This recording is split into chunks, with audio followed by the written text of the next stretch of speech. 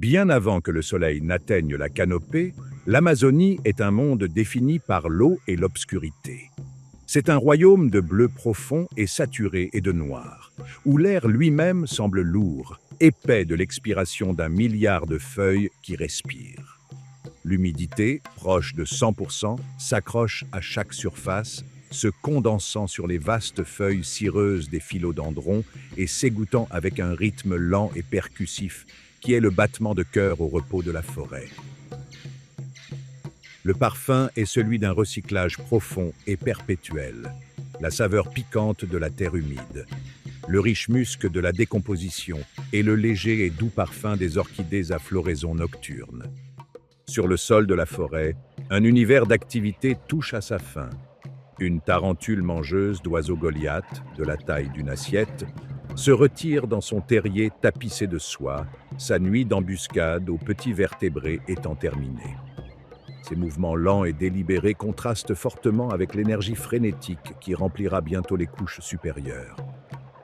C'est la base, l'immense toile silencieuse sur laquelle le drame du jour sera peint. Les premiers sons ne sont pas un chœur, mais des notes isolées et hésitantes dans l'obscurité. Un tinamou appelle, son sifflement un ton pur et obsédant qui semble amplifier le silence qui suit. Mais alors que le plus faible soupçon de gris commence à diluer la noirceur du ciel oriental, un nouveau son monte. C'est un rugissement profond, guttural et profondément résonnant qui semble émaner de l'âme même de la forêt. C'est l'appel du singe hurleur noir, la première et la plus dominante voix de ce qui deviendra le cœur de l'aube. Ce n'est pas un chant joyeux pour saluer le soleil. C'est une diffusion à enjeux élevés de la survie, une déclaration de présence et de propriété. Le son est une clôture acoustique.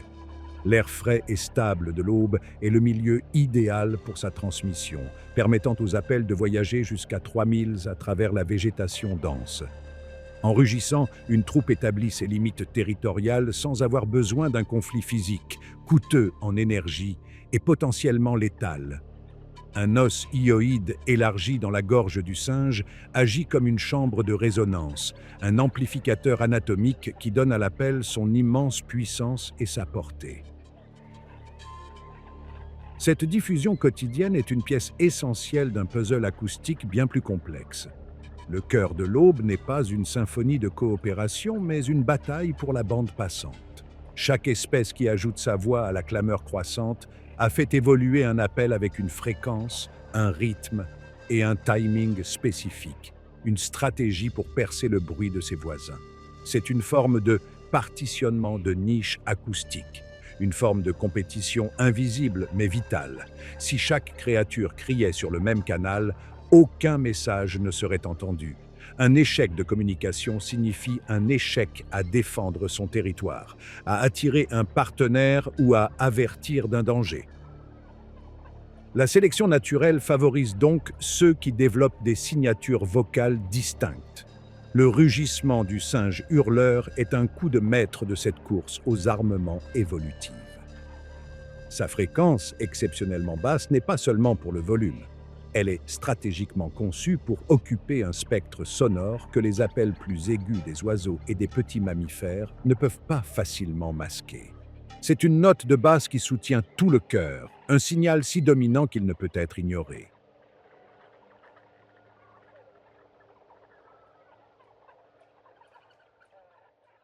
Alors, comment gagne-t-on un concours de cris dans l'endroit le plus bruyant de la Terre? Vous ne criez pas plus fort. Vous trouvez une fréquence que personne d'autre n'utilise. Le génie du singe hurleur est qu'il émet sur le canal des basses. Son rugissement profond et grondant voyage sur des milles juste en dessous des appels plus aigus des oiseaux, assurant que son message territorial soit toujours entendu. C'est une stratégie acoustique brillante. Le hurleur gagne la guerre acoustique matinale non seulement en étant bruyant, mais en étant différent. Alors que la lumière grise se renforce en un or doux et diffus, filtrant à travers les couches denses de la canopée, un autre type d'éveil a lieu. Ce n'est pas l'annonce singulière et explosive d'un singe hurleur, mais un éveil bien plus subtil et communautaire. Haut dans les branches, une troupe de singes araignées à tête noire commence à s'agiter, leur forme sombre se découpant sur le ciel qui s'éclaircit. Le processus est graduel, une lente transition des boules de fourrure regroupées et endormies qu'ils forment pour la chaleur et la sécurité à des êtres individuels et sensibles. La première chose à faire est sociale, une réaffirmation des liens complexes qui maintiennent leur société ensemble à travers des séances de toilettage méticuleuses. Les doigts cueillent habilement les poils noirs grossiers, enlevant les parasites et les débris, mais la fonction de ce rituel va plus loin que la simple hygiène. C'est une monnaie sociale complexe, renforçant les hiérarchies qui régissent la troupe, apaisant les membres dominants et calmant les tensions après la vulnérabilité partagée d'une nuit passée dans la haute canopée. Cette intimité tranquille est le ciment qui maintient leur société, renforçant les alliances qui sont essentielles pour la défense du groupe et pour le défi collaboratif de trouver de la nourriture dans le vaste monde vert. Une fois ces obligations sociales satisfaites, le véritable travail de la journée commence. La troupe, qui peut compter jusqu'à 35 individus, ne se déplace pas comme une seule unité lourde. Au lieu de cela, elle fonctionne selon un modèle sophistiqué de fission-fusion, se séparant en sous-groupes de recherche de nourriture plus petits et plus efficaces qui s'éparpilleront pendant la journée et se réuniront à un arbre désigné pour dormir le soir. La décision de partir est généralement initiée par une matriarche expérimentée. Son leadership n'est pas celui de la force, mais celui de la connaissance. Elle s'appuie sur une carte mentale sophistiquée d'un vaste territoire, une bibliothèque cartographique de mémoire transmise de génération en génération. Cette carte cognitive est une merveille de l'intelligence animale, englobant des milliers d'arbres individuels sur de nombreux milles carrés, leur espèce, leur saison de fructification typique et leur emplacement par rapport aux autres. La décision de la direction à prendre chaque matin est peut-être le calcul le plus critique que fait la matriarche, un algorithme complexe équilibrant le coût énergétique du voyage par rapport à la récompense calorique potentielle d'un figuier ou d'un arbuste à baies mûres. Leur voyage est une démonstration époustouflante d'adresse acrobatique. Leur principal mode de déplacement, appelé brachiation, est la forme la plus pure de locomotion par balancement des bras. Ils sont des navetteurs sur les hautes autoroutes de la forêt, utilisant leurs membres longs et minces et une queue préhensile extraordinairement polyvalente pour se déplacer avec une grâce fluide, semblable à un pendule.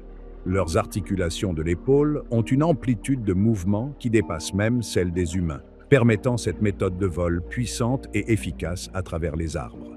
La queue n'est pas seulement une aide à l'équilibre. C'est un cinquième membre, un appendice sensible et agrippant avec un coussinet glabre, semblable à une empreinte digitale, à l'extrémité pour une meilleure adhérence. Elle est capable de supporter le poids corporel entier du singe, agissant à la fois comme une ancre et une ligne de sécurité dans leur monde périlleux.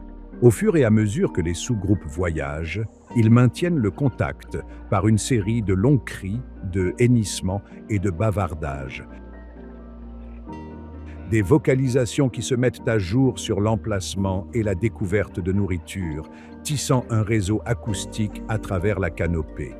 Leur routine quotidienne est une mission, une quête incessante d'une ressource spécifique, les fruits mûrs. Ce sont des frugivores spécialistes et leur survie dépend de la recherche et de l'exploitation de la manne éphémère et dispersée des arbres fruitiers, une manne que la mémoire de leur chef est chargée de localiser.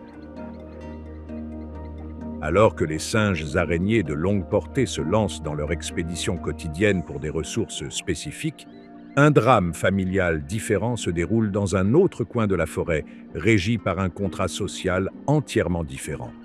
Une famille de singes titi rouges, plus petits et vêtus d'une riche fourrure auburn, accueille l'aube non pas par une quête de fruits lointains, mais par une affirmation de leur lien immédiat.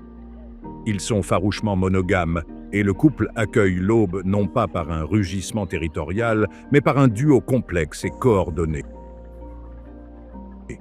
Le mâle et la femelle sont assis côte à côte sur une branche, souvent avec leurs longues queues non préhensiles amoureusement entrelacées, et exécutent une séquence vocale complexe de gazouillis, de grognements et de sifflements. Il ne s'agit pas de revendiquer un vaste territoire de la même manière que l'appel du hurleur. C'est un renouvellement des vœux, un signal l'un à l'autre et aux quelques couples voisins que ce partenariat est fort et que ce petit territoire bien défini est occupé. Leur recherche quotidienne de nourriture est également différente. Bien qu'ils mangent des fruits, leur régime alimentaire est plus varié et moins spécialisé, comprenant une partie importante de feuilles, d'insectes et de fleurs. Ils ne parcourent pas les grandes distances des singes araignées, mais effectuent plutôt une recherche méticuleuse et localisée dans leur petit domaine vital, farouchement défendu. Leur routine est celle de la stabilité domestique et d'un partenariat intense, un contraste poignant avec le dynamisme social complexe et de grande envergure des singes araignées.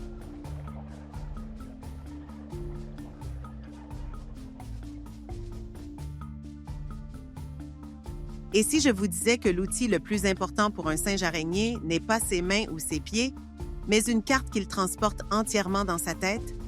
La matriarche navigue dans une bibliothèque mentale contenant des milliers d'arbres, leur calendrier de fructification et les itinéraires les plus sûrs entre eux. Leur voyage quotidien n'est pas seulement un instinct, c'est un acte étonnant de mémoire et de planification complexe et intelligente. Ces modes de vie distincts de primates, allant de la société nomade du singe araignée à la famille nucléaire du singe titi, ne sont que deux fils d'un système vaste et interconnecté. La forêt amazonienne n'est pas seulement un ensemble statique d'arbres, mais une métropole de vie vibrante et tentaculaire, une entité dynamique où le rythme quotidien de chaque habitant contribue à l'ensemble. De la canopée la plus haute baignée de soleil au lit de rivières sombres et riches en nutriments, la forêt est une tapisserie complexe, tissée à partir des routines innombrables et instinctives de ses résidents. Ces cycles quotidiens de recherche de nourriture, de chasse, de repos et de reproduction, souvent invisibles et inaudibles pour les observateurs humains, sont les moteurs mêmes de sa création et de sa régénération, façonnant l'écosystème de manière profonde et continue. Les conséquences de ces trajets quotidiens, par exemple, s'étendent bien au-delà de la survie des singes eux-mêmes. Les singes araignées, dans leur quête incessante de fruits, sont les architectes par excellence de la forêt. Alors que ces primates diurnes parcourent des miles à travers la canopée le matin et l'après-midi, ils consomment de vastes quantités de fruits, avalant les graines entières. Plus tard, souvent à des miles de l'arbre par an, ces graines sont déposées sur le sol de la forêt, enveloppées dans une parcelle parfaite d'engrais naturels. Cet acte apparemment simple les place parmi les disperseurs de graines les plus efficaces et les plus importants de tout l'écosystème. Ils sont les véritables jardiniers de l'Amazonie. La routine quotidienne d'une seule troupe de singes araignées est un acte de création à grande échelle. Leurs choix alimentaires et leurs habitudes de voyage influencent directement la future composition et la diversité génétique de la forêt. En transportant les graines loin et au large, ils empêchent le surpeuplement et la compétition sous l'arbre parent, réduisent la probabilité que les graines soient détruites par les agents pathogènes ou les prédateurs qui s'y rassemblent et permettent aux espèces végétales de coloniser de nouveaux territoires, assurant la résilience et le renouvellement constant de la forêt. Ils ne sont pas seuls dans ce rôle monumental. Alors que l'obscurité tombe et que les singes s'installent dans leurs arbres pour dormir, un jardinier différent commence son travail sur le sol de la forêt. Sous le manteau de la nuit, le tapir de Baird solitaire, une créature qui semble être une relique d'un âge préhistorique, exerce une fonction similaire. Ce grand herbivore nocturne, pesant jusqu'à 700 livres, erre sur son territoire le long de sentiers bien tracés, utilisant sa trompe flexible pour brouter les feuilles et consommer les fruits tombés. Son système digestif est doux pour les graines, et comme il voyage sur de grandes distances, il les disperse également, agissant comme un autre agent crucial, bien que plus terrestre, de la régénération de la forêt. Pendant que ces mégafaunes plantent la future forêt, les fourmis coupeuses de feuilles, apparemment infatigables, agissent comme ses principaux décomposeurs et ingénieurs civils. Émergeant de leur nid souterrain au crépuscule, de vastes colonnes d'ouvrières marchent pour récolter du feuillage frais. Elles ne mangent pas les feuilles elles-mêmes, mais transportent les fragments en forme de croissant jusqu'à leur ville, qui peut abriter des millions d'individus. Profondément sous terre, elles mâchent les feuilles en une pulpe pour cultiver une espèce spécifique de champignons, leur seule source de nourriture. Ce processus agricole incessant aère le sol à l'échelle industrielle et est un moteur principal du cycle des nutriments, décomposant la matière organique et assurant que la terre reste fertile pour les arbres mêmes que les singes et les tapirs plantent.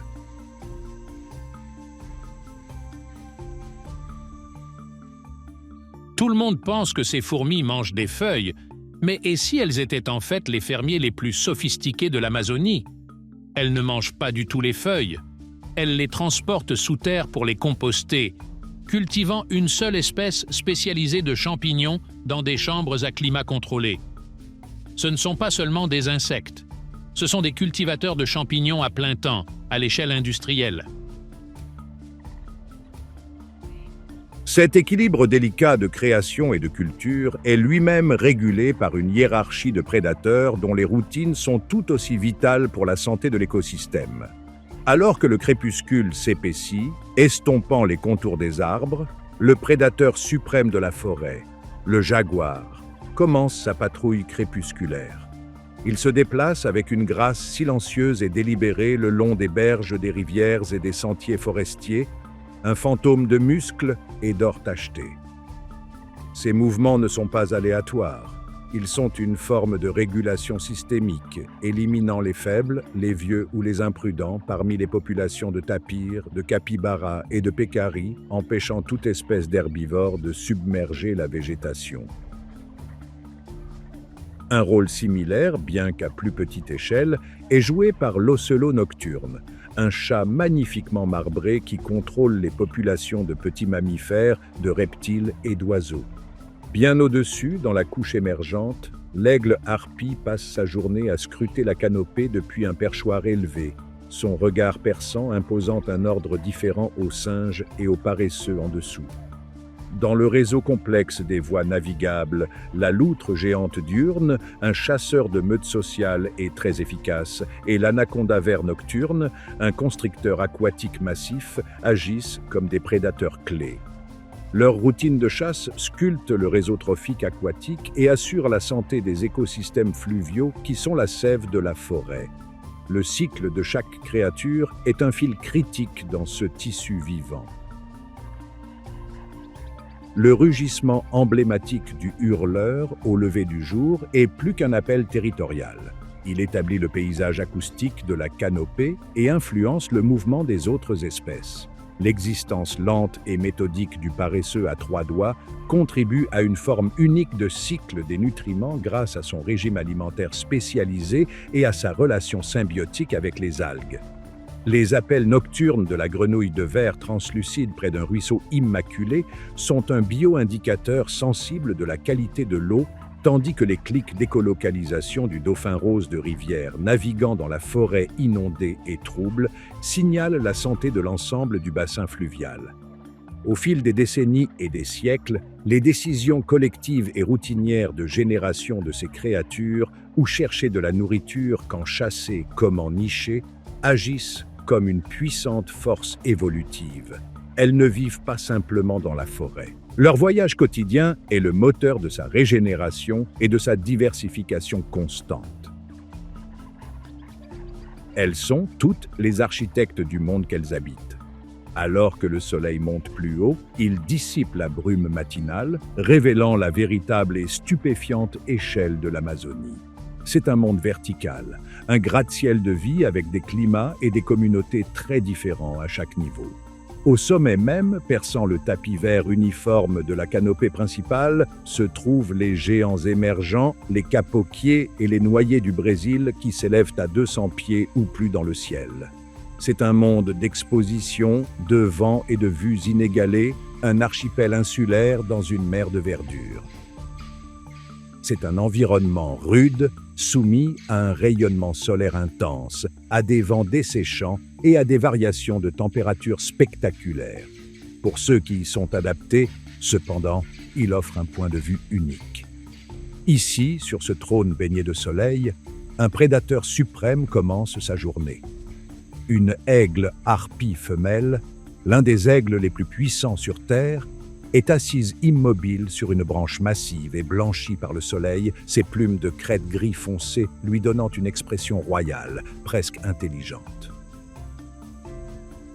Son monde est défini par la puissance de ses sens, en particulier sa vision, une merveille biologique 8 fois plus puissante que celle d'un humain.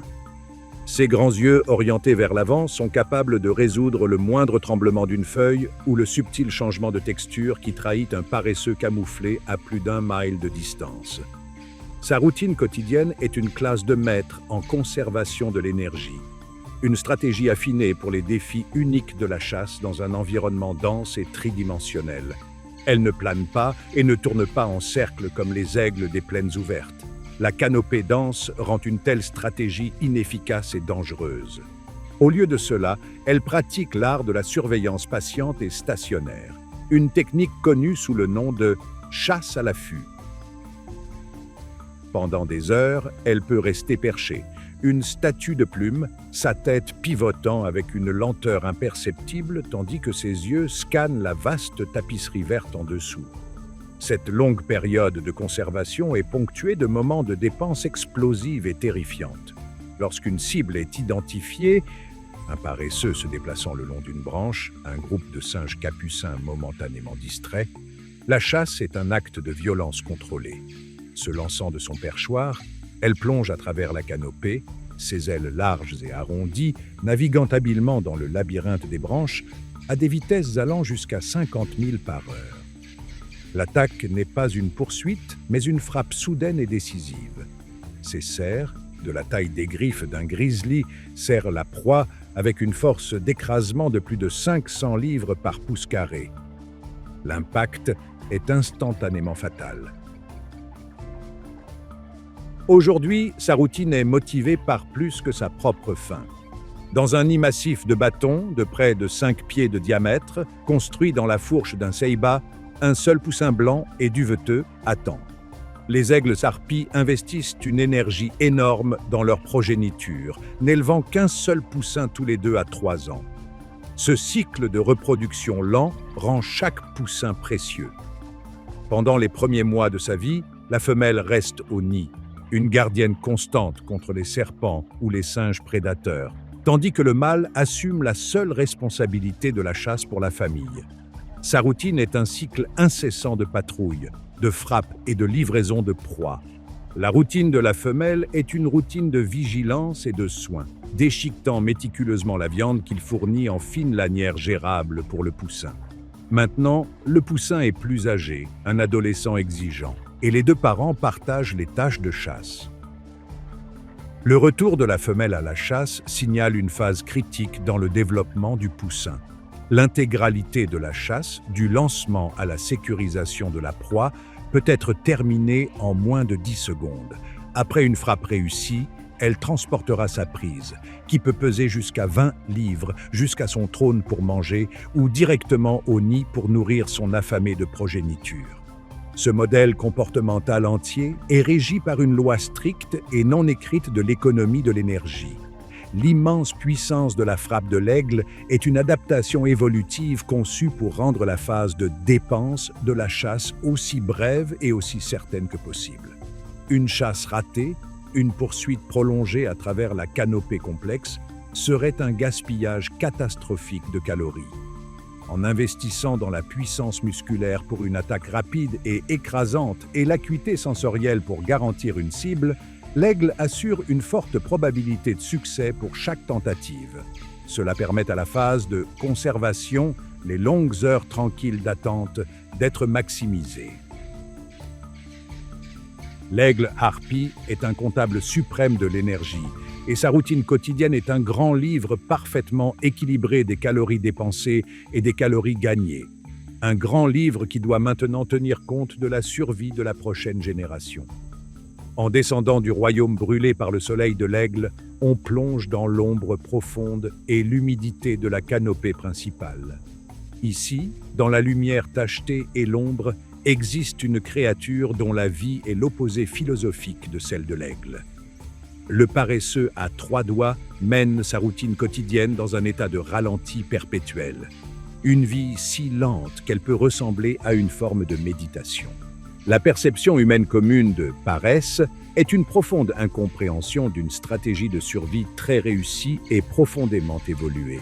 Dans le monde du paresseux, un monde patrouillé par le haut par les yeux les plus perçants de la forêt, la vitesse est une responsabilité et la lenteur est un bouclier. Sa routine est dictée par un métabolisme incroyablement lent, une adaptation nécessaire à un régime hypocalorique et souvent toxique de feuilles. Il peut falloir 1 mois pour qu'un seul repas passe à travers son grand estomac à plusieurs chambres, qui reposent sur une communauté symbiotique de bactéries pour décomposer la cellulose coriace. Par conséquent, chaque mouvement est délibéré, mesuré et silencieux, conçu pour dépenser le minimum absolu d'énergie. Sa journée consiste à se déplacer méthodiquement le long d'un circuit familier d'arbres, ses longues griffes en forme de crochet offrant une prise sûre, mangeant seulement quelques feuilles d'une seule plante pour éviter d'ingérer une dose létale de toxines.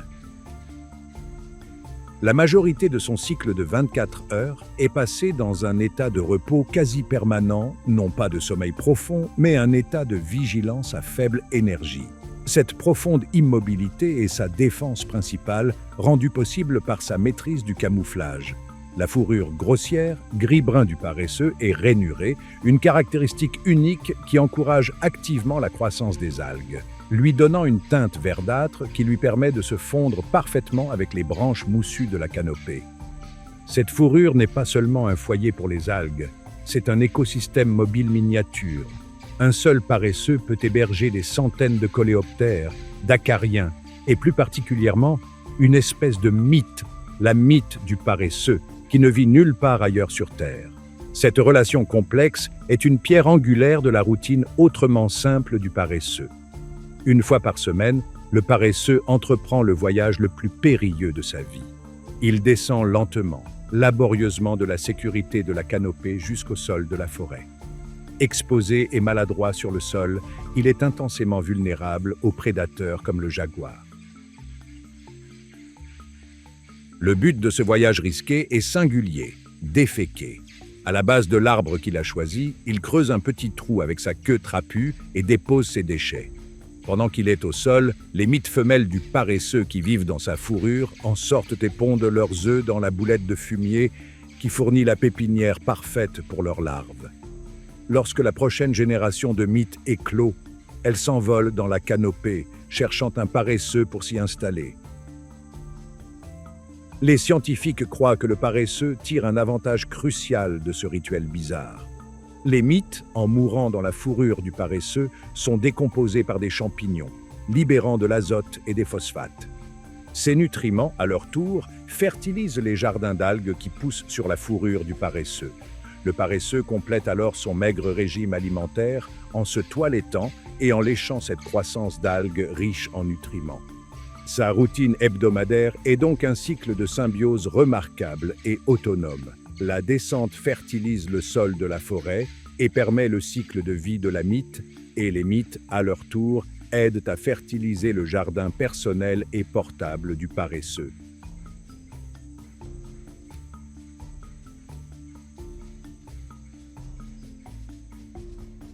Alors pourquoi un paresseux risque-t-il sa vie chaque semaine pour aller aux toilettes sur le sol de la forêt? La réponse est plus étrange que vous ne pouvez l'imaginer. Tout est une question de jardinage. Ce voyage dangereux permet au mythe de se reproduire dans son fumier. Les mythes vivent ensuite dans sa fourrure et, lorsqu'elle meurt, elle fertilise les algues qui y poussent. Le paresseux mange alors les algues. C'est une ferme portable et totalement autonome.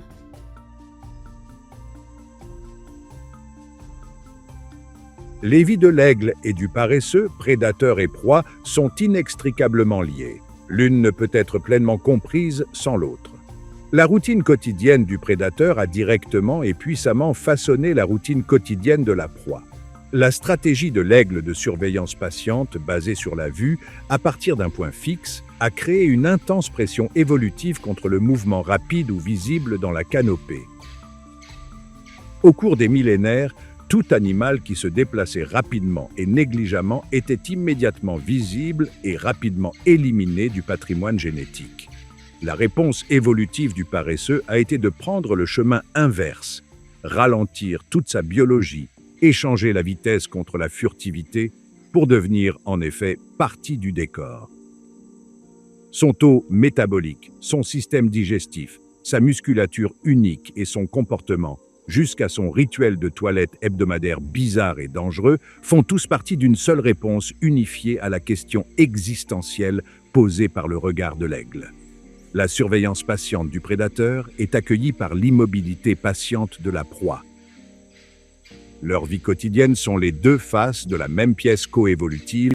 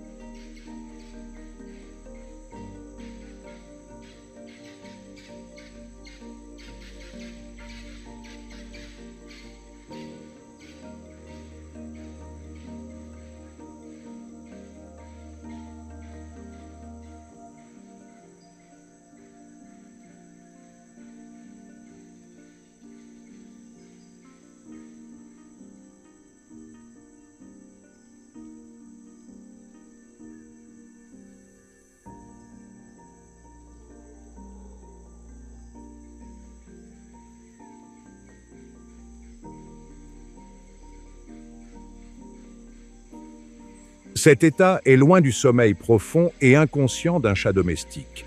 C'est un état actif, à faible énergie, de vigilance accrue.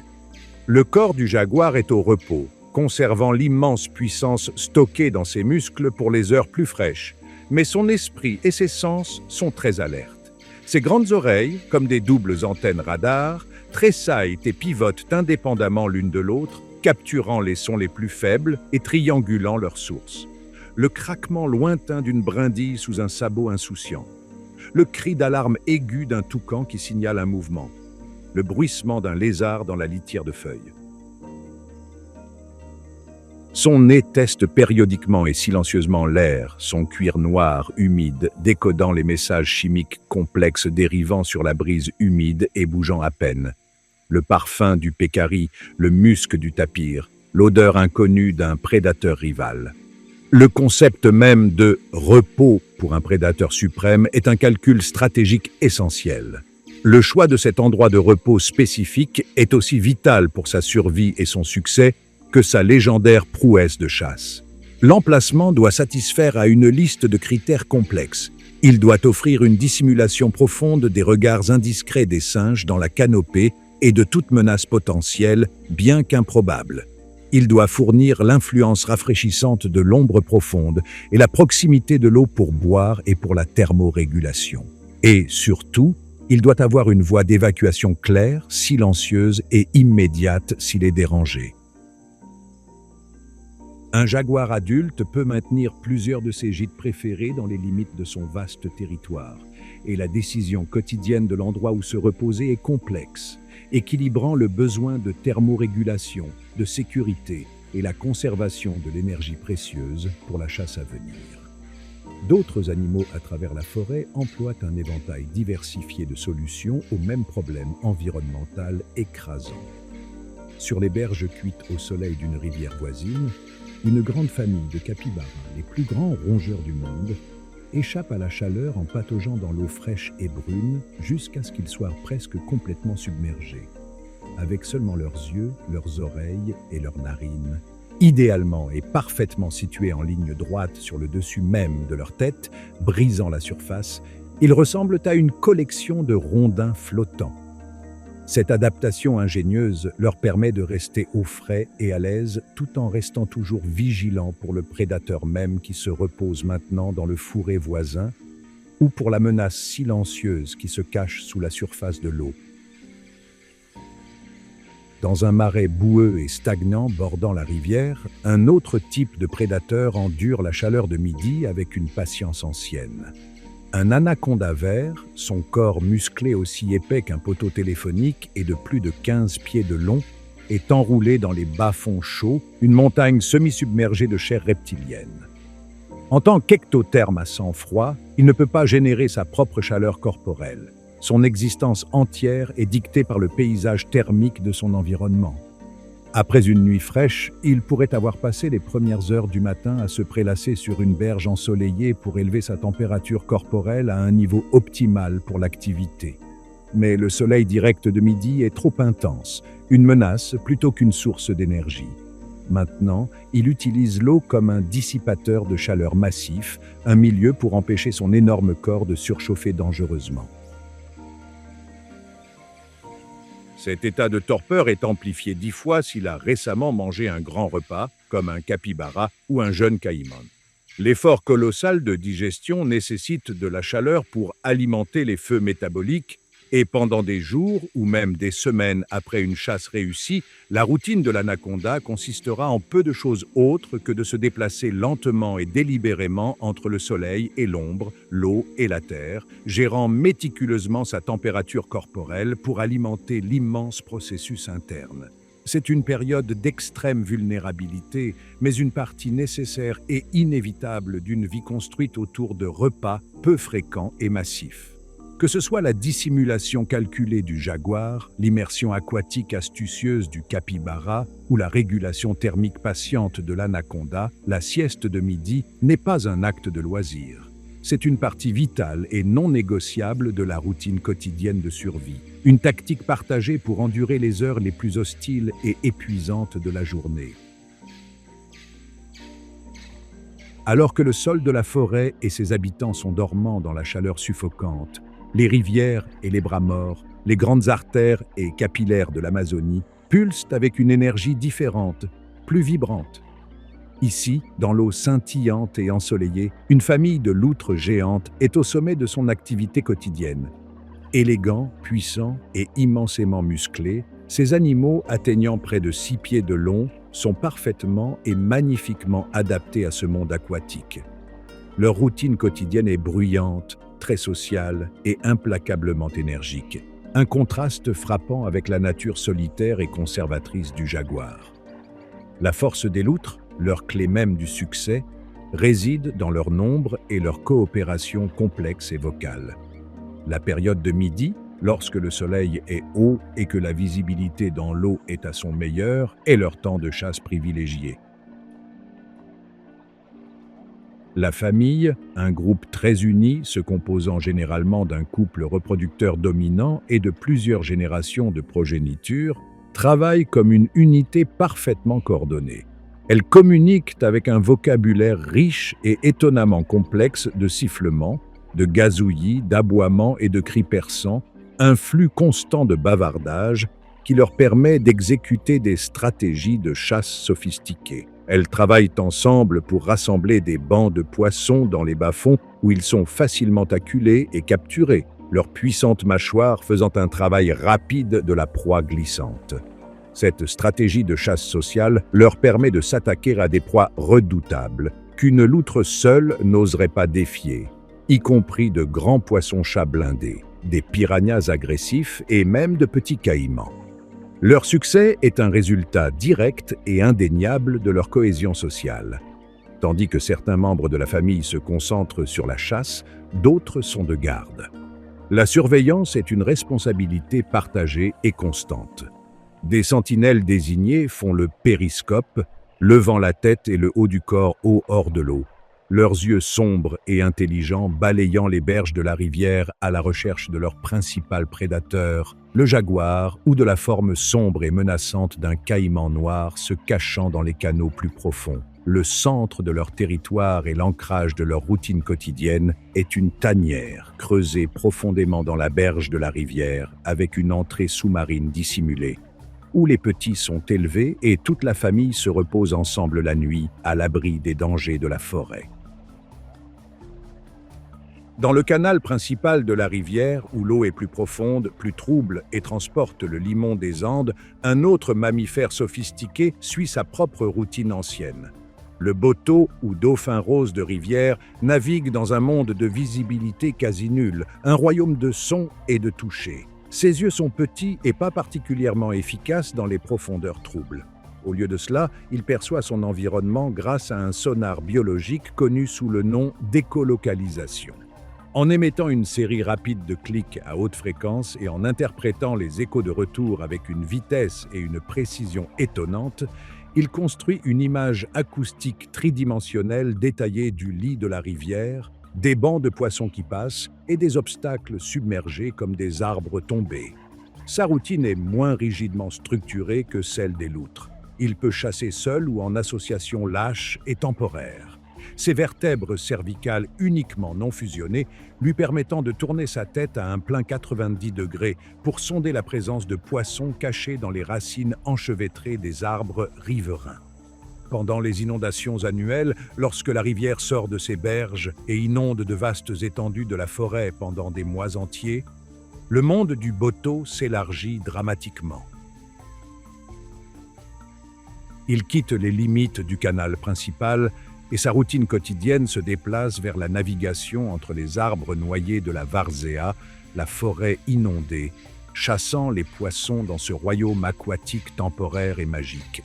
La présence de ces deux prédateurs aquatiques intelligents, les loutres et les dauphins, façonne profondément l'écosystème de la rivière. Les loutres, bruyantes, agressives et territoriales, tendent à dominer les eaux plus claires des bras morts. Les dauphins, subtils et guidés par sonar, sont les maîtres incontestés des canaux principaux troubles et de l'énigmatique forêt inondée. Ils occupent des niches écologiques différentes, bien que parfois chevauchantes. Les deux, cependant, vivent sous l'ombre du prédateur aquatique suprême, le caïman noir. Pendant la chaleur de midi, un grand caïman mâle, une relique vivante de l'ère des dinosaures, pourrait être vu se prélassant sur un banc de sable, sa peau blindée et sombre, absorbant l'énergie du soleil. Sa routine est celle d'une patience reptilienne immense. Il peut passer des mois sans manger, mais quand il chasse, c'est une explosion de puissance primitive, capable d'abattre presque n'importe quel animal qui vient au bord de l'eau. La chasse bruyante de midi des loutres est un risque calculé, un pari effectué à découvert lorsqu'elles sont les plus alertes et peuvent compter sur la puissance de la vigilance de groupe pour repérer le caïman se prélassant avant qu'il ne glisse dans l'eau pour devenir une menace silencieuse, submergée et mortelle.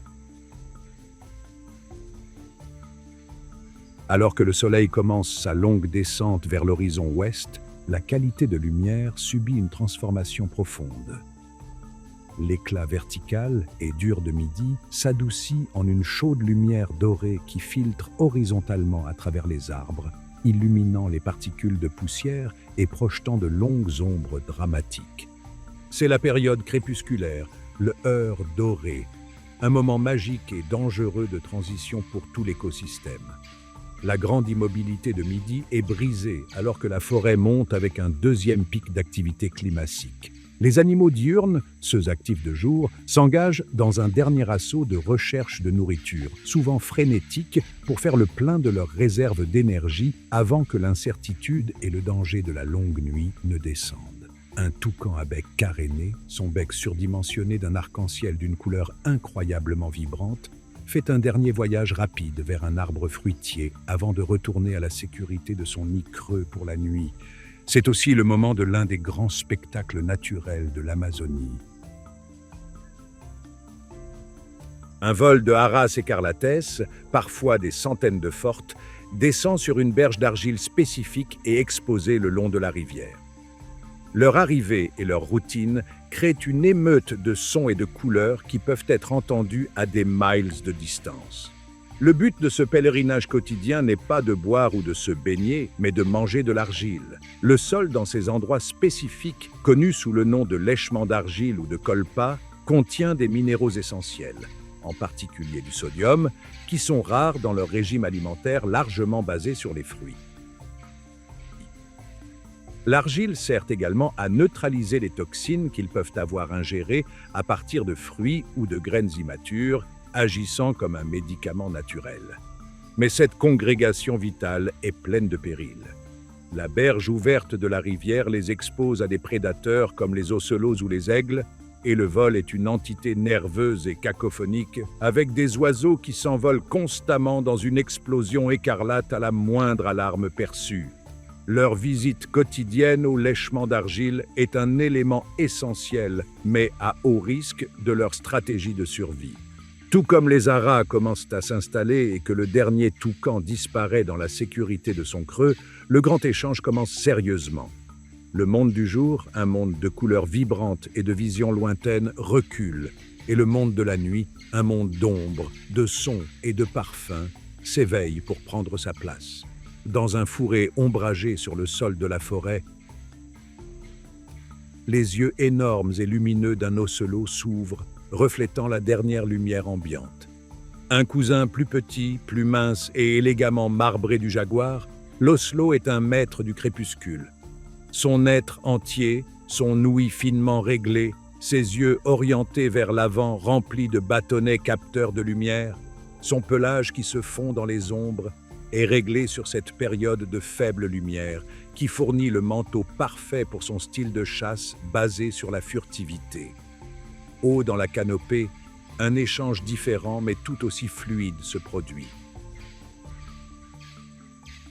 Un kinkajou, un parent nocturne du raton laveur avec une fourrure brun doré, une queue préhensile et de grands yeux sombres, émerge de sa tanière diurne dans un creux d'arbre.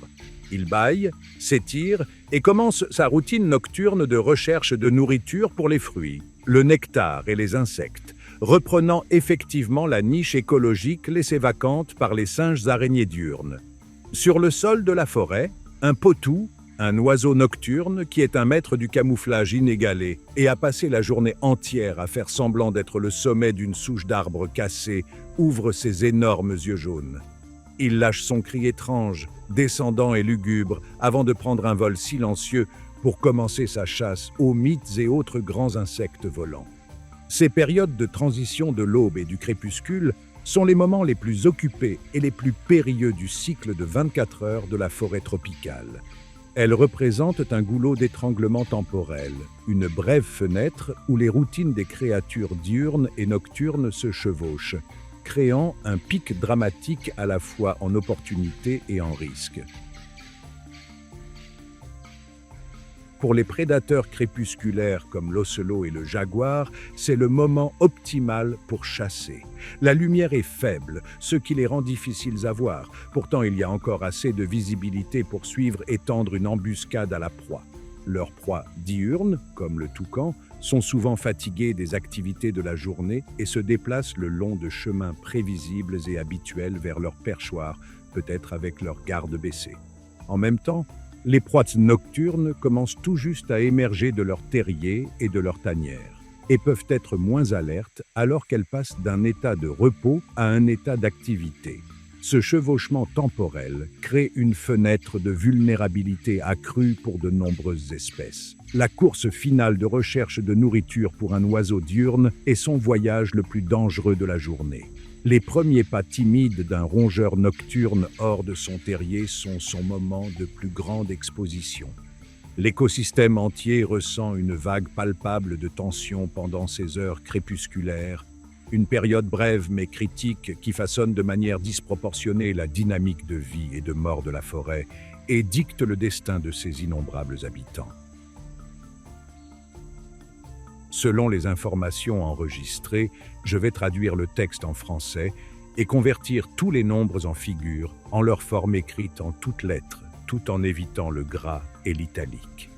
Alors que les derniers rayons du soleil se retirent du sol de la forêt, la qualité de la lumière s'adoucit et s'estompe, plongeant le sous-bois dans une pénombre profonde, bleu-gris. Cette poussée d'activité crépusculaire ne se limite pas à une dernière recherche effrénée de nourriture avant la tombée de la nuit. C'est un moment critique pour la renégociation de la carte même de la forêt, une période où les frontières territoriales sont renforcées et comprises avec une intensité accrue. La surveillance, tant active que passive, devient primordiale. Un tapir de Baird, le plus grand mammifère terrestre de l'Amazonie et celui qui a l'apparence la plus ancienne, émerge avec un grognement discret de son lieu de repos diurne, profondément enfoui dans un fourré de bambou. Herbivore solitaire dont la conception est restée largement inchangée depuis des millions d'années, il commence sa routine méthodique de recherche de nourriture nocturne.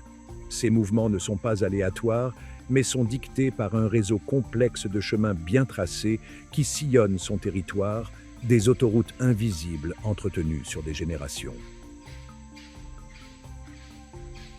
L'un de ses premiers actes au début de sa patrouille est de renforcer sa propriété de cet espace.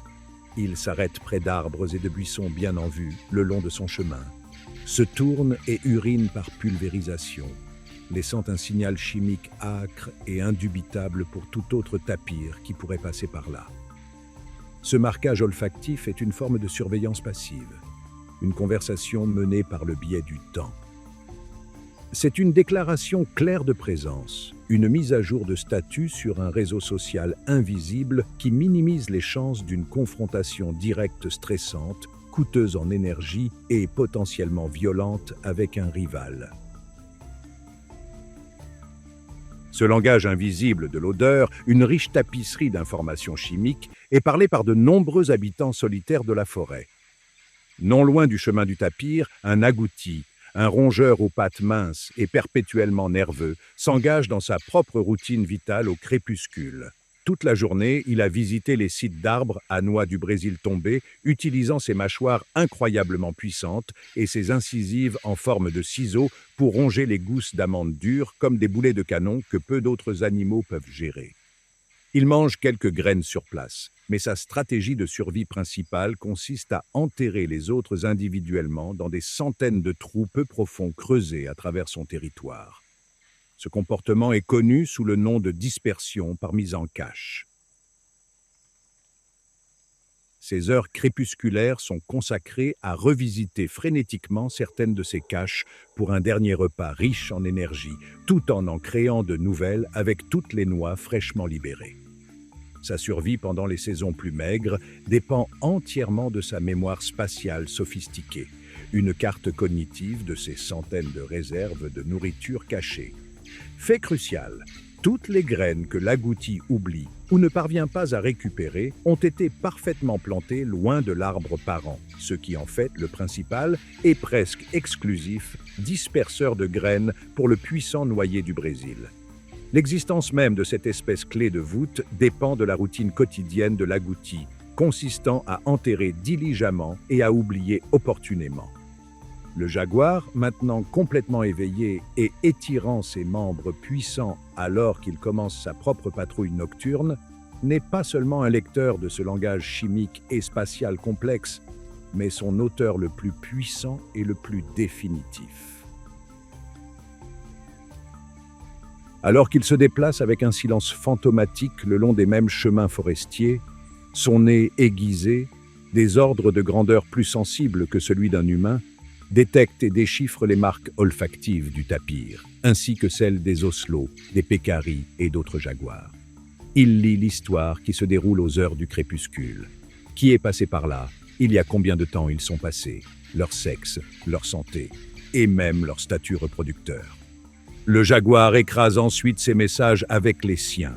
Il s'arrête, gratte le sol avec force avec ses pattes arrière pour créer un marqueur visuel et dépose ses propres marques olfactives puissantes sur les feuilles surplombantes, les bûches et les arbres.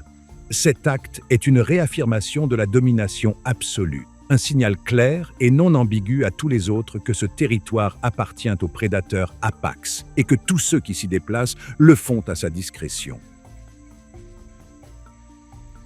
La forêt au crépuscule n'est donc pas seulement un espace physique, C'est un paysage invisible d'informations, une carte complexe et constamment mise à jour, écrite dans un langage chimique et tracée avec les réserves cachées de nourriture. Les routines quotidiennes de nombreux animaux solitaires sont dédiées à la lecture et à l'écriture de messages sur cette carte. C'est un Internet chimique qui permet à des négociations sociales complexes, à l'évitement des conflits et à la gestion des ressources de se produire sans que les animaux n'aient jamais besoin de se rencontrer face à face. Un jeune tapir mâle, détectant l'odeur fraîche d'un grand individu dominant, peut choisir de modifier sa course et d'éviter un conflit dangereux. Un jaguar mâle, détectant les signaux chimiques subtils d'une femelle en œstrus, peut changer tout son itinéraire de patrouille pour la chercher. La patrouille crépusculaire n'est pas simplement une promenade dans les bois. C'est l'acte vital de vérifier ses messages, de mettre à jour son statut et de diffuser ses intentions à toute la communauté. Quand les derniers vestiges du crépuscule se rendent finalement à l'obscurité complète et profonde, l'Amazonie se transforme en un monde entièrement nouveau. Le paysage sensoriel change radicalement. La vue, le sens dominant des heures ensoleillées, cède son trône au sens plus ancien et intime de l'ouïe et de l'odorat. C'est un monde de spécialistes, des créatures superbement adaptées au fil des millénaires pour naviguer, chasser et prospérer en l'absence presque totale de lumière. Nous suivons l'ocelot alors qu'il commence sa chasse sérieusement, un félin plus petit et plus agile dont l'existence est définie par l'ombre. Le récit de sa patrouille est écrit dans le son, le léger bruissement d'une feuille qui n'est pas causé par le vent, le craquement net et soudain d'une brindille sous le pied d'un rongeur invisible, le pépiment endormi d'un oiseau se posant sur son perchoir. Les grands yeux de l'ocelot, orientés vers l'avant, sont remplis de bâtonnets capteurs de lumière et d'un tapis luisant, une couche réfléchissante derrière la rétine qui lui confère l'éclat des yeux, caractéristique, et lui accorde une vision nocturne exceptionnelle. Mais ses véritables armes sont ses oreilles surdimensionnées, en forme de coupe, qui peuvent tourner indépendamment, et sa patience profonde et inébranlable. Sa stratégie de chasse est l'opposé polaire d'un prédateur de poursuite comme un guépard. C'est un maître consommé de la furtivité et de l'embuscade. L'ocelot peut passer 20 minutes ou plus assis absolument immobile, son pelage tacheté en faisant un fantôme dans le sous-bois, simplement en écoutant.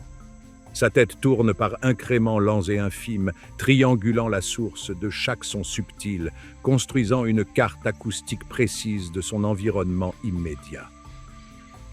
Lorsqu'il identifie l'emplacement exact de sa proie, peut-être un rat épineux cherchant de la nourriture sur le sol de la forêt ou un tinamou dormant sur une branche basse, l'acte final est une explosion de vitesse contrôlée et de précision létale. Un bond rapide comme l'éclair, absolument silencieux. Une seule morsure bien dirigée. Et la chasse est terminée, souvent avant même que la proie ne soit consciente du danger. Il patrouille son territoire, qui est significativement plus petit que celui d'un jaguar, avec ce soin méticuleux chaque nuit, un fantôme silencieux se déplaçant dans les niveaux inférieurs de la forêt. Dans la litière de feuilles à proximité, une routine de chasse complètement différente, mais tout aussi mortelle, est en cours. Un fer-de-lance, une grande vipère à fausse très venimeuse, est couché dans une bobine parfaite et immobile, sa peau à motif la rendant indiscernable des feuilles en décomposition. Sa routine est l'incarnation même de la patience. Elle ne patrouille pas, elle attend. Elle a sélectionné un endroit stratégique à côté d'une bûche tombée, une autoroute naturelle pour les petits mammifères qui forment son régime alimentaire. C'est une chasseuse qui voit le monde en chaleur. Entre ses yeux et ses narines se trouvent deux fosses thermosensibles, des organes sensoriels sophistiqués qui peuvent détecter la différence de température minime entre une souris à sang chaud et l'air frais de la nuit, lui permettant de voir une image thermique parfaite de sa proie dans l'obscurité totale. Pendant des heures, elle peut ne pas bouger un seul muscle, une mine terrestre vivante d'énergie potentielle. Ensuite, une souris se précipite le long de la bûche, une signature chaude et brillante dans le monde sensoriel de la vipère. Le serpent ne la chasse pas. Il attend le moment précis où la souris arrive à portée. Puis il frappe avec une vitesse presque trop rapide pour que l'œil puisse la suivre. Il injecte un venin hémotoxique puissant et se rétracte tout aussi rapidement, évitant toute morsure défensive de sa proie. Il attend ensuite patiemment, sa langue fourchue goûtant l'air, suivant la piste olfactive laissée par l'animal touché pour récupérer son repas quelques instants plus tard. Le mode de vie entier de l'ocelot, sa routine nocturne, son choix de proies plus petites, son style de chasse basé sur la furtivité, n'est pas simplement une adaptation à l'obscurité. C'est une conséquence évolutive directe du partage de la forêt avec le jaguar, plus grand et plus puissant. Selon le principe écologique d'exclusion compétitive, deux espèces ayant des exigences identiques ne peuvent coexister indéfiniment dans le même habitat. L'une surpassera et déplacera inévitablement l'autre. Le jaguar, étant plus grand, plus fort et possédant une morsure plus puissante, domine le marché des grandes proies comme les tapirs, les pécaris et les capybaras. Un ocelot ne peut espérer rivaliser pour ses ressources. Pour survivre dans la même forêt, il a été contraint par une pression évolutive immense de se spécialiser, de trouver une niche différente où il pourrait être le compétiteur supérieur. Il a évolué pour être plus petit, plus agile et un grimpeur plus adroit. Cela lui a permis de se concentrer sur un menu différent de proies plus petites, rongeurs, oiseaux, serpents et même de petits singes, souvent trouvés dans le sous-bois dense ou la canopée inférieure, des environnements où le jaguar plus volumineux est moins efficace. La routine nocturne de l'ocelot est donc une stratégie soigneusement élaborée pour éviter la concurrence directe avec le principal prédateur de la forêt. De la même manière, la stratégie d'embuscade à faible énergie du fer de lance lui permet de chasser les mêmes petits rongeurs que l'ocelot, mais avec un modèle métabolique radicalement différent, à faible dépense. Le règne du jaguar a fondamentalement façonné le comportement, le régime alimentaire et l'évolution même de ses petits concurrents, les forçant à adopter des rôles spécialisés dans le grand drame nocturne. Au-delà de ces drames intenses et silencieux de la chasse, la forêt nocturne se révèle être un lieu d'activité immense et étendu, animé par une nouvelle distribution de personnages. L'air, autrefois rempli des appels d'oiseaux et de singes, est maintenant vivant avec un cœur nouveau et encore plus complexe. C'est la véritable bande sonore de la nuit amazonienne, une symphonie de gazouillis, de clics, de trilles et de coassements interprétés par d'innombrables espèces de grenouilles et d'insectes, un mur de sons qui s'élève de chaque rive de ruisseau et de chaque parcelle de végétation. Près d'un petit ruisseau clair, la routine cruciale de la nuit pour un mâle grenouille de verre ne fait que commencer. Perché sur le dessous humide d'une large feuille surplombant l'eau, il commence à appeler, un tink aigu et perçant pour attirer une femelle. Son nom commun n'est pas une exagération. La peau de son ventre est si translucide que son minuscule cœur battant, son foie et son tube digestif sont tous clairement visibles. C'est une forme unique de camouflage, permettant à la lumière de traverser son corps et brisant sa silhouette contre la feuille verte, le rendant plus difficile à repérer pour les prédateurs d'en bas. Quand une femelle, attirée par son appel, arrive et dépose une petite couvée d'œufs gélatineux sur la feuille, son travail est terminé. Mais la routine du mâle passe maintenant à celle d'une vigilance parentale désintéressée. Pendant le reste de la nuit, et pendant de nombreuses nuits à venir, il restera avec les œufs en développement, les gardant des prédateurs comme les guêpes, et relâchant périodiquement de l'eau de sa vessie pour maintenir la couvée humide. Lorsque les têtards seront enfin prêts à éclore, ils se dégageront de leurs œufs et tomberont directement dans la sécurité du ruisseau en contrebas. Son existence nocturne entière est dédiée à cet acte délicat et vital de soins paternels. Parmi les acteurs les plus vitaux, mais souvent négligés, de ce monde nocturne se trouvent les fourmis coupe-feuilles. Alors que l'obscurité offre un abri contre un grand nombre de leurs prédateurs aviaires et reptiliens, de vastes fleuves vivants de ces insectes émergent de leur cité souterraine. Elles sont un super-organisme en mouvement, une conscience unique et unifiée distribuée parmi des millions de corps. Une colonie mature peut contenir jusqu'à 8 millions d'individus et leurs colonnes de fourragement marchent avec un objectif implacable le long de sentiers chimiques bien établis qui sont des éléments permanents sur le sol de la forêt. Elles escaladent les arbres et, avec leurs puissantes mandibules, découpent méthodiquement des sections en forme de croissant des feuilles, qu'elles transportent ensuite comme des bannières vertes jusqu'à leur nid. Elles ne mangent pas les feuilles. Ce sont des agricultrices. Profondément sous terre, dans des chambres humides de la taille d'un poing humain, elles mâchent les fragments de feuilles en une pâte, qu'elles utilisent pour cultiver un type spécifique de champignon qui est leur seule source de nourriture. Le travail d'une seule nuit peut voir une colonie dépouiller un arbre mature de son feuillage, un témoignage de leur incroyable efficacité et organisation. En même temps, l'air au-dessus est rempli d'un autre groupe diversifié de spécialistes nocturnes, les chauves-souris. Elles émergent par milliers de grottes et d'arbres creux pour remplir les rôles écologiques laissés vacants par les oiseaux au crépuscule. Les chauves-souris insectivores patrouillent le ciel nocturne, utilisant une écholocation sophistiquée pour naviguer et attraper de vastes quantités de moustiques et d'autres insectes en plein vol. Les chauves-souris nectarivores voltigent entre les fleurs pâles et parfumées qui ne s'ouvrent qu'après la tombée de la nuit, leurs longues langues sondant profondément pour une récompense sucrée et, ce faisant, servant de pollinisateurs essentiels pour ces plantes à floraison nocturne. Les chauves-souris frugivores reprennent les tâches de dispersion des graines des singes et des toucans, consommant des fruits et dispersant les graines à travers la forêt pendant qu'elles volent, plantant les futures générations d'arbres. Même la tristement célèbre chauve-souris vampire a une routine précise et délicate, utilisant des capteurs thermiques dans son nez pour localiser un mammifère endormi comme un tapir, faisant une minuscule incision indolore avec des incisives tranchantes comme des rasoirs, et lapant une petite quantité de sang avec un anticoagulant dans sa salive, souvent sans jamais réveiller son hôte.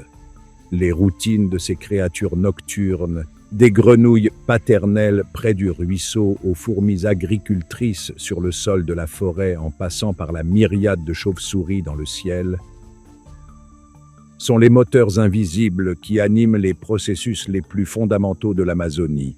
La forêt cesserait tout simplement de fonctionner sans son équipe de nuit. Les fourmis coupe-feuilles sont les premiers recycleurs de nutriments, leurs nids souterrains massifs aèrent le sol. Et leurs jardins fongiques sont l'un des transformateurs de biomasse végétale les plus importants de tout l'écosystème. Les chauves-souris sont les jardinières de la nuit et les contrôleurs de parasites, essentiels à la reproduction d'innombrables espèces végétales et à la régulation des populations d'insectes. Leur travail est moins spectaculaire visuellement que la chasse d'un jaguar, mais dans l'ensemble, il est bien plus conséquent pour la santé, la stabilité et la régénération à long terme de toute l'Amazonie. Ce sont les ingénieurs infatigables du système, travaillant diligemment à l'abri de l'obscurité, alors que la symphonie nocturne atteint son crescendo, avec l'air épais des appels de grenouilles et l'industrie implacable de l'équipe de nuit de la forêt, un changement subtil commence à se produire. Le chœur écrasant d'insectes et d'amphibiens commence à faiblir, son intensité diminuant à mesure que le point le plus profond de la nuit passe. Un silence profond, différent du calme lourd de midi, s'installe sur la forêt. Un silence frais et humide d'anticipation. L'ocelot, sa chasse réussie et le ventre plein, fond dans l'ombre, se retirant dans sa tanière cachée pour attendre le jour à venir. Les dernières colonnes de fourmis coupe-feuilles, portant les dernières bannières feuillues de leur récolte, disparaissent dans les ouvertures sombres de leur métropole souterraine. Pendant une brève période de transition, la forêt retient son souffle. Dans le ciel oriental, le noir impénétrable, parsemé d'étoiles, commence à s'adoucir sur les bords, saignant dans un indigo profond le premier soupçon faible, presque imperceptible, de l'aube à venir. Et puis, avec la certitude du mouvement planétaire, cela recommence. Un seul sifflement obsédant, semblable à celui d'une flûte, provenant d'un tinamou solitaire, traverse la pénombre de l'aube, une question timide posée à l'obscurité. On lui répond, quelques instants plus tard, non pas par un autre oiseau, mais par le rugissement profond, résonnant et tonitruant d'une troupe de singes hurleurs, une vague de sons qui déferle sur la canopée, rétablissant sa revendication territoriale dans la lumière naissante. Le cycle de 24 heures, un mécanisme d'horlogerie parfaitement synchronisé de vie et de mort, d'activité frénétique et de repos stratégique, de son écrasant et de silence profond, est complet. La fin de la nuit n'est que le début du jour, un passage de témoin sans faille d'un ensemble de joueurs à l'autre. La routine quotidienne de chaque créature, du rampement incroyablement délibéré du paresseux à la plongée explosive de l'aigle harpie, de la patrouille solitaire du tapir à la chasse familiale bruyante de la loutre, est un seul fil dans une tapisserie infiniment complexe et entrelacée. Chaque vie est façonnée et contrainte par les routines des autres. Un équilibre délicat et dynamique de compétition, de prédation et de codépendance. Tout cela raffiné au fil des millions d'années d'évolution implacable. Ce rythme quotidien complexe est lui-même imbriqué dans un cycle beaucoup plus vaste, plus puissant et plus transformateur, le pouls annuel du fleuve. Pendant 6 mois de l'année, des pluies tropicales implacables dans les hautes terres andines font gonfler les rivières avec du limon et de l'eau, débordant de leurs rives et inondant des millions d'acres de forêt. C'est la saison des crues, et pour de vastes étendues de l'Amazonie, la définition même de sol de la forêt disparaît sous 10 à 40 pieds d'eau trouble. Cette transformation saisonnière n'est pas un désastre, mais une caractéristique déterminante de l'écosystème, forçant une altération radicale des routines quotidiennes de presque toutes les créatures. Le jaguar et le tapir sont chassés de leur territoire de basse altitude vers les terres plus élevées restantes, ou restinga, qui deviennent des îles temporaires. Cette migration forcée concentre les prédateurs et les proies dans des zones plus petites et plus compétitives, augmentant considérablement la tension et modifiant les chances de survie. Les fourmis coupe-feuilles vivant au sol doivent survivre à cette période scellées dans leur nid, comptant sur leur jardin fongique stocké. Mais pour beaucoup d'autres, c'est un moment d'immense opportunité. Le monde est bouleversé. Les dauphins roses de rivière, n'étant plus contraints par les rives, quittent les limites du canal principal et nagent gracieusement parmi la cime des arbres de la forêt noyée, la Várzea. Ils sont suivis par d'énormes bancs de poissons comme le tambaqui, qui se sont adaptés pour se nourrir des fruits et des graines qui tombent des arbres désormais submergés. Dans ce royaume aquatique temporaire, ces poissons deviennent les principaux agents de dispersion des graines pour les plantes de plaine inondables spécialisées qui ont évolué pour fructifier spécifiquement pendant la crue. Le réseau trophique entier est reconfiguré, les poissons frugivores assumant le rôle écologique des singes et des toucans. Ensuite, à mesure que les pluies dans les montagnes lointaines se calment, les grandes eaux de crue se retirent lentement. Le sol de la forêt refait surface, enrichi et renouvelé par une nouvelle couche de sédiments fluviaux riches en nutriments. Les poissons retournent aux rivières, les animaux terrestres se dispersent à nouveau, et leurs routines quotidiennes familières sont rétablies sur la terre nouvellement fertilisée. Ce cycle annuel de crue et de retraite est le véritable battement de cœur de l'Amazonie, un pouls puissant et lent qui dicte le rythme de la vie à une grande échelle, façonnant l'évolution même des plantes et des animaux qui se sont adaptés à son pouvoir immense et vital.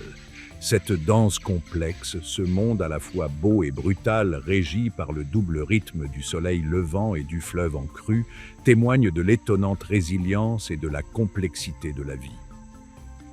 Pourtant, sa perfection est aussi sa plus grande vulnérabilité. La synchronisation est si précise, les interdépendances si complètes, que toute perturbation externe peut envoyer des ondulations imprévisibles et en cascade à travers tout le système. Un changement du climat régional qui modifie le moment où l'intensité du pouls de la crue peut entraîner un décalage entre le moment où les arbres laissent tomber leurs fruits et celui où les poissons sont là pour les disperser. La fragmentation de la forêt par une nouvelle route, coupant comme une cicatrice à travers la jungle, peut couper les anciennes routes de patrouille d'un jaguar, isolant les populations et réduisant leur pool génétique. La disparition d'un seul disperseur de graines clés, comme l'agouti pour le noyer du Brésil, peut condamner une espèce végétale clé de voûte à une extinction lente et localisée. Le renouvellement inébranlable du cœur de l'aube est un symbole puissant du pouvoir durable de l'Amazonie, mais c'est aussi une promesse fragile qui dépend de l'intégrité de chaque cycle interconnecté, de chaque routine quotidienne et de chaque fil vivant dans la magnifique tapisserie inexplorée de ce monde. Nous voyons donc cette horlogerie parfaite et ancienne, mais que se passe-t-il lorsqu'un engrenage forgé dans un autre monde est lancé dans la machine? Chaque routine à laquelle nous avons assisté est réglée sur le rythme du soleil et du fleuve. C'est l'horloge. Mais la déforestation et le changement climatique ne menacent pas seulement une seule espèce, ils menacent l'horloge elle-même. Ils changent le rythme. Et si le battement de cœur de la forêt faiblit, ce monde entier et complexe commence à se défaire.